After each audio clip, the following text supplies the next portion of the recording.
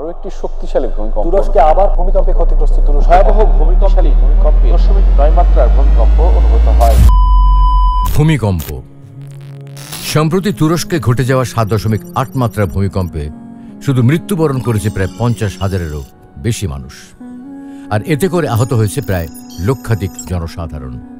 সেই সাথে বিধ্বস্ত হয়েছে প্রায় 7,000 জনবসতি বা ঘরবাড়ি। সেখানে আমাদের বাংলাদেশের প্রতি বর্গ কিলোমিটারের পপুলেশন ডেন্সিটি তথা মানুষের ঘনত্ব হলো 1265 জন মানুষ। এটা হলো গোটা বাংলাদেশের হিসাব। এখন যদি শুধু ঢাকা শহরের কথায় আসি, তাহলে দেখতে পাবো যে আমাদের এই প্রাণের ঢাকা শহরের প্রতি 1 বর্গ কিলোমিটারে মানুষ বসবাস করছে 23,234 জন। ভেবেছেন এখন যদি ঢাকায় ঠিক তুরস্কের মতো সেম একটা ভূমিকম্প হয়, তাহলে যে কত লক্ষ মানুষ শুধু নিহত হবে তার হিসাব অনুমান করাও এখন মুশকিল হয়ে দাঁড়িয়েছে। এর চেয়েও বড় কথা হলো, ঢাকা শহরে অবস্থিত ম্যাক্সিমাম বাড়িঘরই হলো অত্যন্ত দুর্বল, সাথে এর কোনোটাই ভূমিকম্প প্রতিরোধক হিসেবে তৈরি করা হয়নি।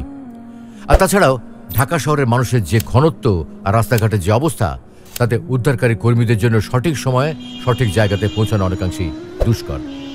কখনো ভেবেছেন কি এই অবস্থায় আমাদের অবস্থা কতটুকু ভয়াবহ হতে পারে? আল্লাহ আমাদের সবাইকে এমন অবস্থা থেকে মুক্তি দান করুন এবং এমন বিশেষ কিছু করার তৌফিক দান করুন যেটা আমাদের সকলের জন্য আখিরাতের অবলম্বন হবে। আল্লাহুম্মা আমিন।